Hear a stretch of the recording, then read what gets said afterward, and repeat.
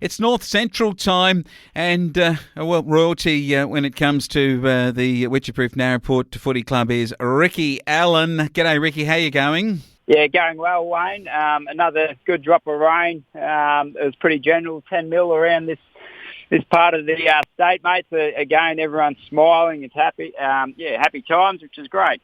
And happy times over at Wycheproof. I tell you what, with all of this business going on with the National Party leadership, it was Anne Webster who was actually out at the Purple Haze courts, those massive, beautiful purple-coloured netball courts. And she then gave a speech in Parliament, Ricky, and she was saying how much of a great time she had out at Wycheproof, watching them win the footy, and then gave the netball that Charlton got up over Wycheproof in the netball. So it looks like Wycheproof on the national map this week. Yeah, the Wycheproof Recreation Reserve it's come up really well. So the ground, they've had the ground redone as well, the football oval, the new goalposts, new change rooms, and the netball courts as well. So Purple, I think, it's probably the only purple netball court in Victoria, Wayne. I'm not too sure. Don't know the colour of a lot of other netball courts, but it definitely stands out. And, full credit to the Wycheproof Football Club and the community for getting that up and over the line. Yeah, full credit to the Wycheproof seniors. They got up over the line. 11-8, 74 to Charlton, 4-8, 32. A low-scoring game. Castellano got 4, and that would be your regulation 4. But after quarter time, there wasn't really a lot in it. It just seemed that Charlton couldn't get into the same zone that the Wycheproof are. Yeah, that's right.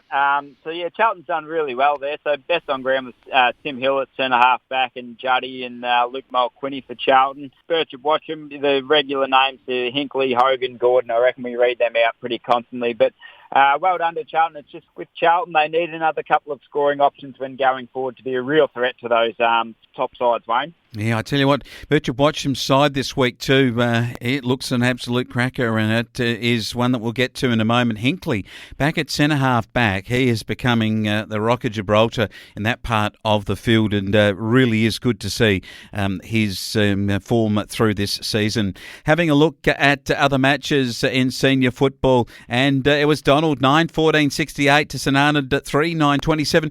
Look, that's a good win for Donald. Not a high-scoring game, but the conditions with a bit of moisture underfoot at Lord Nelson. It's a good performance from the Royal Blues. Yeah, it was. And at half-time, there was, I think, a couple of points in it. So the pressure was right on Donald to come away with the win there. So I've heard during the week, Wayne, that Donald's, just before the June 30 deadline, has gone and got a bit topped up at their senior list. So whether the grapevine of the country rumour mill is true or not, I'm not too sure, but a couple may be coming from up north, Wayne, so we'll wait and see this week and coming weeks as well. So Goss kicking 4 goals for Donald, with Bath 2 and McGough and Young also in there as well, and for St Arnaud, Berth, Issel, Atkins and Tawney, they're better players. But, well done to Donald. Keeps their season alive.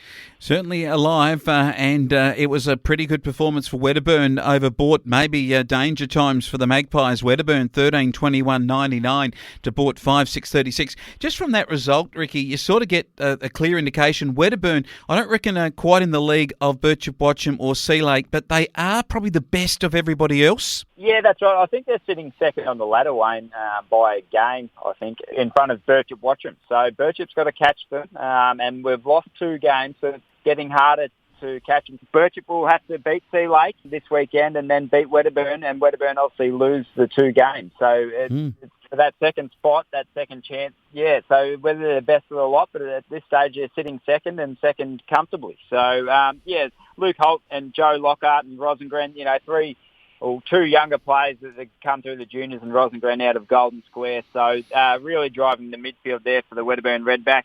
The best players for Boort were Roberts, Moss, Hawker and Hatcher. So, Wedderburn in 13-21, they've had a lot of scoring shots. Probably would have liked a bit more scoring power. But having that draw early on in the year, Wayne, their percentage isn't an issue. Yeah, it's a good effort. Sea Lake and Daly, you put some good efforts in. Your boys never were any match for the Tigers. 24-15 to 4-2. Is it hard to watch, Ricky?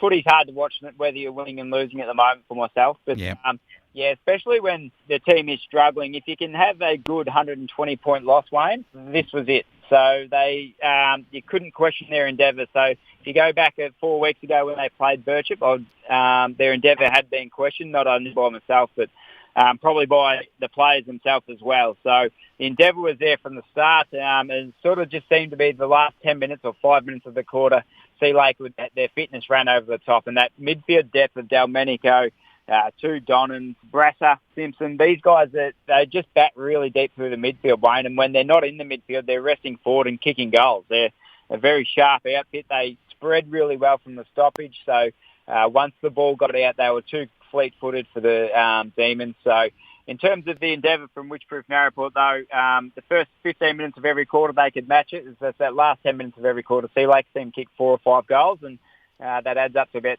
15, 20 goals, Wayne, and that's what it was in the end. So James Coatsworth, Bo Bish and Joel Turner, 3 best players for Wychie and have been for a number of years now too, Wayne.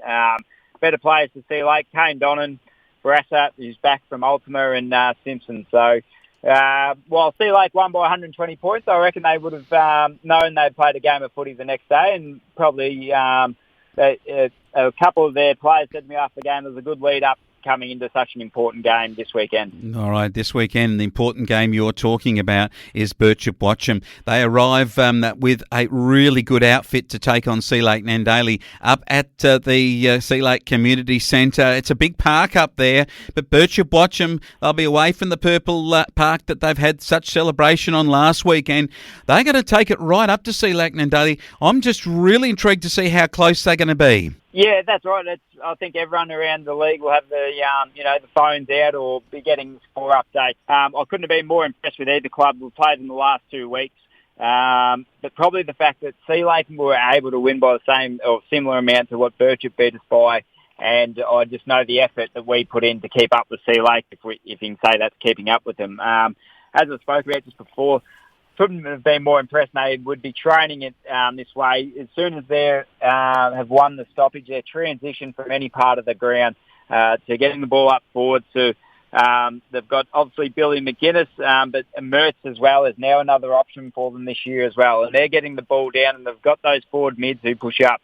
They had a couple of young kids play on the weekend, Thomas Cox, Charlie Cox, so a couple of those boys, which are starting to blood some youth, which is, when you're winning and winning well, it's easier to blood kids than when you're getting beaten, Wayne. So for Birchip, a couple of Hinkleys, they're going to have to stand up, and we know Gordon, he's just a running machine. So these boys are going to have to play well. I'm not tipping a big margin, Wayne, but I Sea Lake on their home ground, they don't lose too many, and I'll be tipping the Tigers for me. Yeah, I think that they will be there. It's going to be interesting, though, in what will be a good match of football. Let's have a look at the other matches. Bort, get Donald. This is an absolute beauty. If Donald had topped up with anybody, maybe the checkbook out, who knows what is the situation there, Ricky, but I'll tell you what, if they beat Bort, then they're right back in for top 4. That's right, and as I said, it was a rumour mill, so we'll have to just wait and see what side runs out or what players are on the clearance page, Wayne.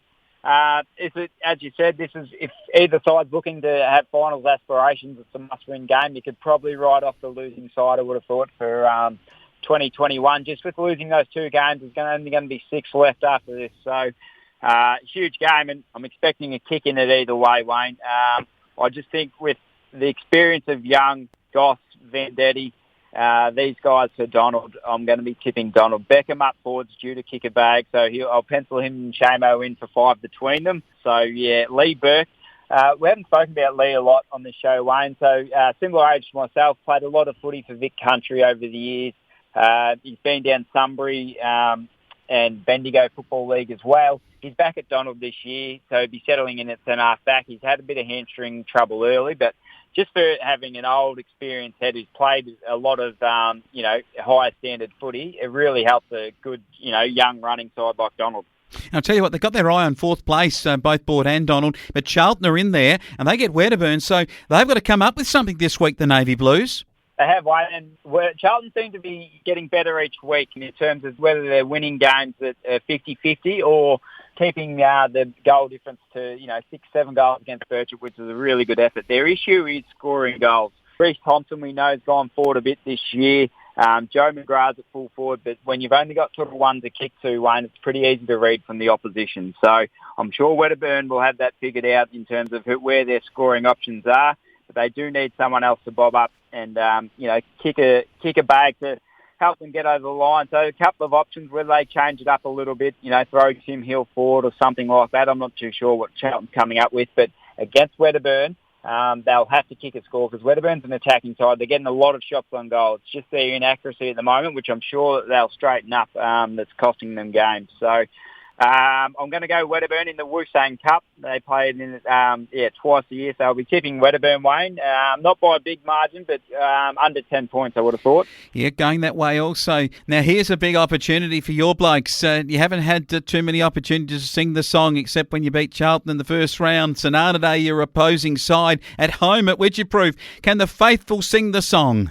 Hope so, Wayne. That'd be nice, but whether or not it goes that way, it's another close game. As we've spoken about, I'd like to see the accumulative of the game for the difference for the weekend with the 4 matches. If they're over 30 points, some team must have slipped away or improved from first time around. But young Douglas for Sonata kicked 5 goals the last time we played, and Tom Douglas. So the Witchy boys will have to be working out a plan to try and stop that, because that was really the difference last time. They kicked 2 quick goals late and stole the game, Sonata. So for Witchy, they'll be looking down to whether Trevor Rumbold at fullback gets a job on him, or young Harry Moore's come in, played his first game last week. He might get a big job for his second game as well. Rowan Jones also last week debuted in the seniors, so well done to Rowan as well. He's been playing well in the seconds and deserved his spot. So I'll be tipping Witchy, Wayne. I haven't tipped him for a couple of weeks, but I might on this occasion. Okay, you've got the Witchy. That hasn't been happening too much this year for your tips. And how many for Castellano? I expect Luke Martin to go to him. So Luke plays tall and small. It's a big ground. I'm going to get 3 for Castellano. Oh, he's done it. We'll see how they go. Big weekend of North Central footy. Ricky, very good to have you on board, Ricky Allen, to talk about it. Thanks, Wayne.